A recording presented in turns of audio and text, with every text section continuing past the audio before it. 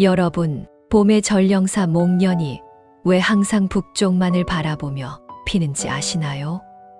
남쪽의 따스한 햇살을 등지고 시리고 차가운 북쪽 하늘만을 바라보는 이 꽃에는 수천 년 전 한 여인의 지독한 짝사랑이 서려 있습니다. 제술야담에 오신 여러분 환영합니다. 구독과 좋아요는 영상을 제작하는 데 큰 힘이 됩니다. 그럼 지금 제술야담 시작합니다. 아주 먼 옛날 세상의 질서가 신들의 손에 의해 다스려지던 태고의 시절이었습니다. 옥황상제에게는 세상 그 무엇보다 귀하게 여기는 외딸이 있었습니다. 공주의 미모는 아침 이슬이 맺힌 꽃잎보다 맑았고 그녀의 웃음소리는 하늘나라의 은하수가 흐르는 소리만큼이나 감미로웠습니다. 옥황상제는 공주를 위해 영원히 시들지 않는 정원을 만들어 주었고 세상의 모든 진귀한 보물들을 그녀의 발치에 쌓아 주었습니다. 궁궐의 연회는 매일같이 이어졌습니다. 구름 위로 솟은 높은 누각에서는 신선들의 피리 소리가 끊이지 않았고 천상의 귀공자들은 공주의 마음을 한 번이라도 얻기 위해 줄을 섰습니다. 그들은 공주의 눈길을 끌기 위해 별을 따다 바치기도 하고 영생의 약을 선물하며 청혼했습니다. 하지만 공주에게 이 모든 화려함은 그저 무색무취한 배경에 불과했습니다. 화려한 비단옷은 그녀의 몸을 짓누르는 쇠사슬 같았고 보석관의 무게는 그녀의 영혼을 짓눌렀습니다. 공주는 늘 화려한 연회장 구석에서 홀로 빠져나와 궁궐의 북쪽 끝자락에 있는 작은 창문을 통해 저 멀리 안개 너머를 바라보곤 했습니다. 그녀의 시선이 머무는 곳은 따뜻한 햇살이 내리쬐는 남쪽의 낙원이 아니었습니다. 그곳은 신들도 가기를 꺼리는 어둡고 거칠며 차가운 기운이 감도는 북쪽의 끝단이었습니다. 그곳에는 공주의 심장을 유일하게 뛰게 만드는 비밀스러운 그리움이 살고 있었습니다. 공주의 마음을 훔쳐간 이는 다름 아닌 북쪽 바다의 신이었습니다.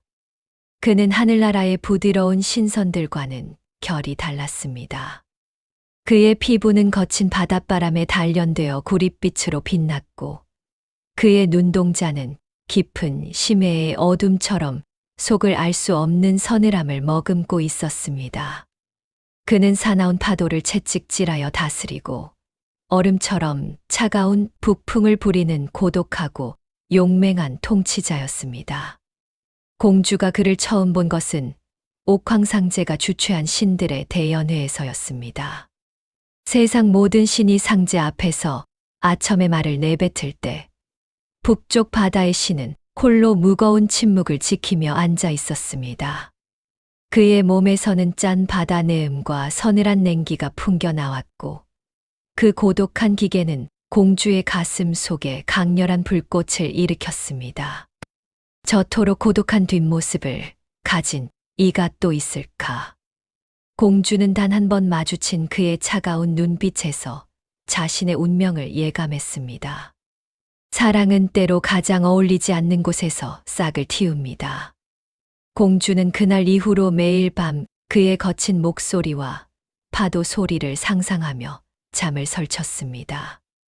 하늘나라의 그 어떤 귀공자도 채워주지 못했던 공주의 공허함은 역설적이게도 가장 무자비하고 차갑기로 소문난 북쪽 바다의 신에 의해 채워지고 있었습니다. 그리움은 시간이 흐를수록 공주의 영혼을 갉아먹는 독이 되었습니다. 이제 더는 상상만으로는 버틸 수 없는 지경에 이르렀습니다.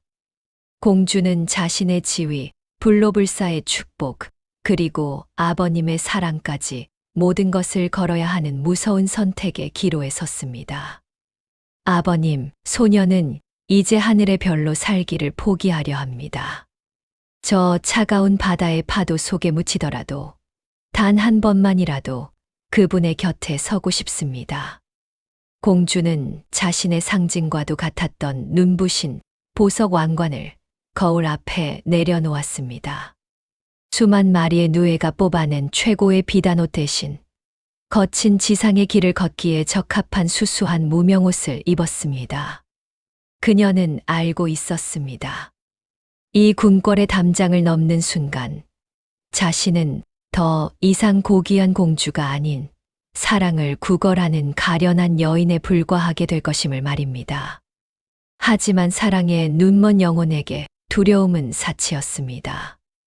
공주는 보초들이 교대하는 틈을 타 안개 자욱한 하늘나라의 경계선으로 향했습니다. 뒤를 돌아보면 마음이 약해질까봐 공주는 오직 북쪽에서 불어오는 서늘한 바람만을 이정표 삼아 어둠 속으로 몸을 던졌습니다. 그것은 추락이자 동시에 그녀에게는 유일한 비상이었습니다. 하늘을 떠나 지상에 내려온 공주를 기다리는 것은 낭만적인 재회가 아니었습니다. 그것은 생지옥과도 같은 고통의 연속이었습니다. 신의 보호가 사라진 공주의 몸은 인간의 그것보다 더 연약했습니다. 날카로운 가시덤불은 공주의 고운 팔다리를 무자비하게 핥히었고 매서운 겨울바람은 그녀의 폐부 깊숙이 파고들어 숨을 쉴 때마다 칼날로 베는 듯한 통증을 주었습니다. 신발은 이미 닳아 없어진 지 오래였습니다. 공주의 발바닥은 날카로운 돌부리에 치여 피투성이가 되었고 그 피는 그녀가 걸어온 길을 따라 붉은 점을 찍으며 이어졌습니다. 배고픔에 지쳐 길가에 풀뿌리를 씹고 갈증에 목이 타 눈을 한 움큼 집어먹으며 그녀는 걷고 또 걸었습니다.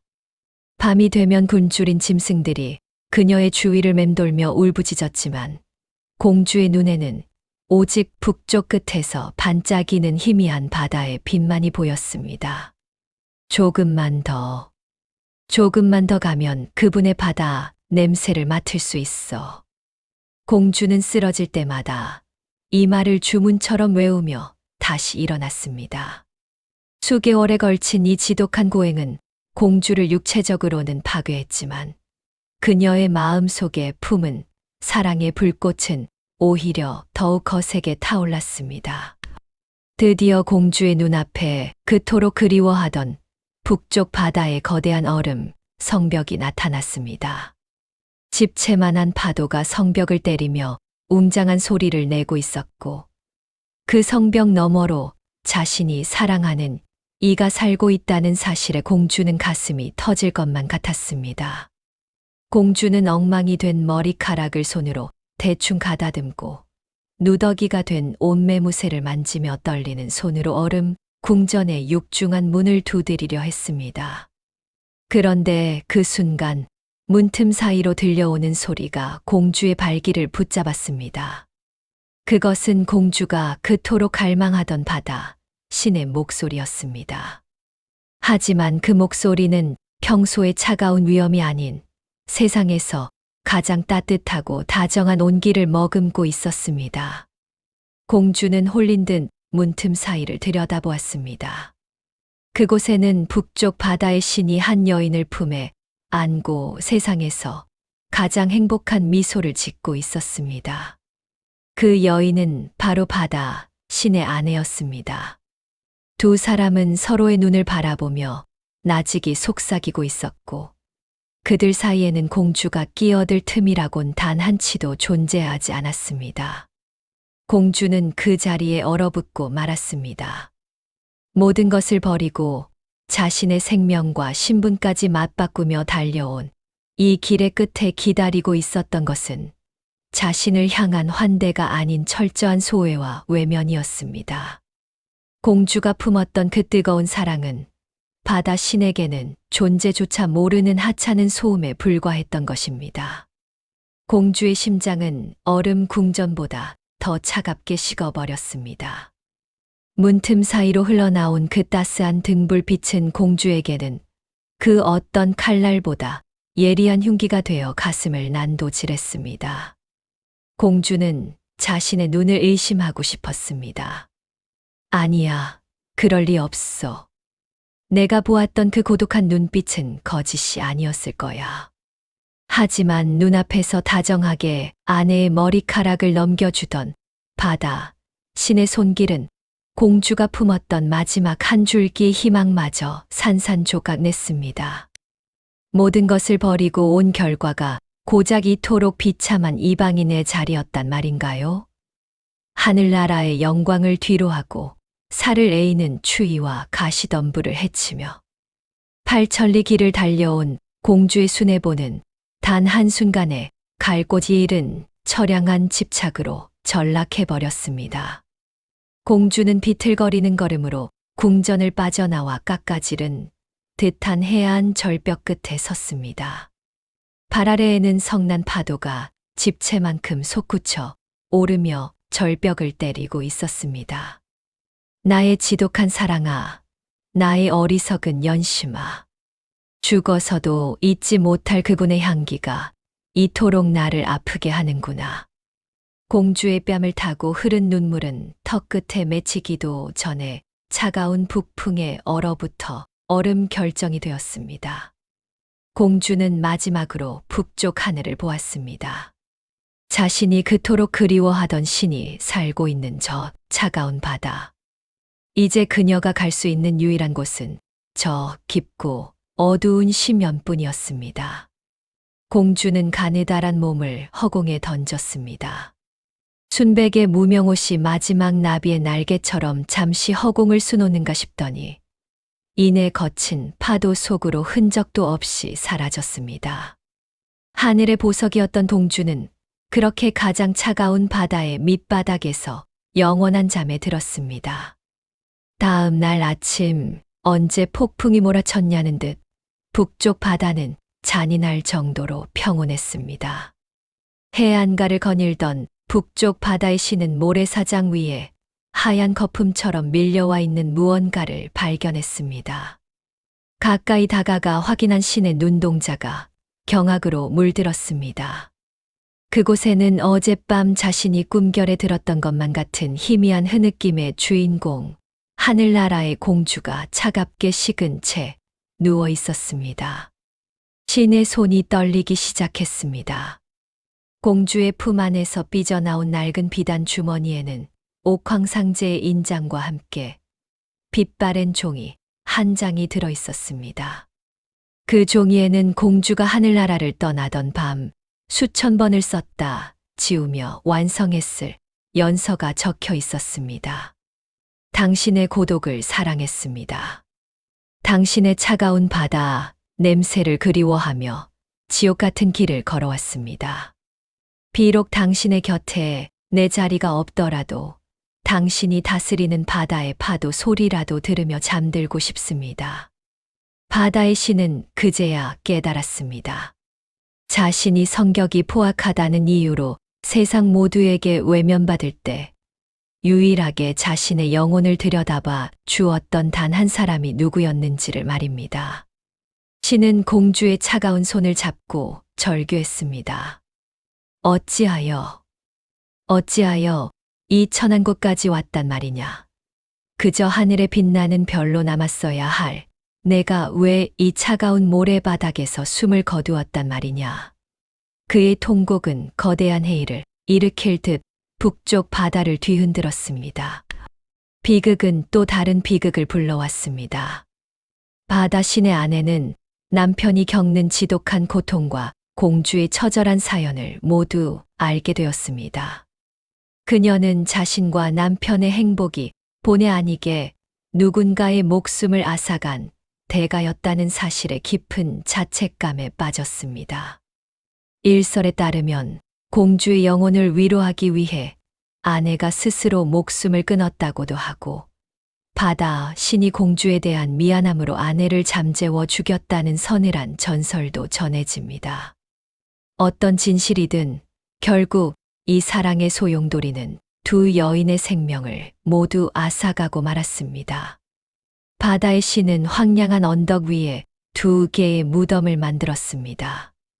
하나는 자신이 지켜주지 못한 하늘나라의 공주를 위한 것이었고, 다른 하나는 자신 곁에서 묵묵히 자리를 지켰던 아내를 위한 것이었습니다. 신은 두 무덤을 나란히 배치했습니다. 부디 저승에서는 서로 원망하지 말고 서로의 외로움을 달래주며 지내거라. 그는 매일 밤 무덤가에 앉아 자신의 얼어붙은 심장을 탓하며 눈물을 흘렸습니다. 신의 눈물은 땅속으로 스며들어 죽은 두 여인의 영혼을 따스하게 감싸 안았습니다.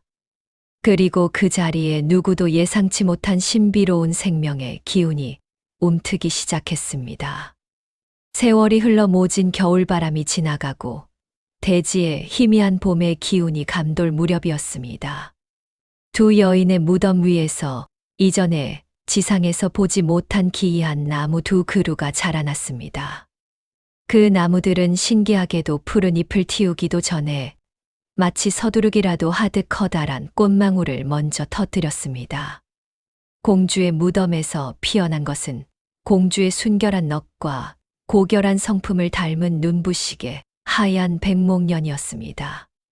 그 빛깔은 공주가 하늘나라에서 입었던 화려한 비단옷보다 더 맑았고 그녀가 가졌던 진심보다 더 투명했습니다.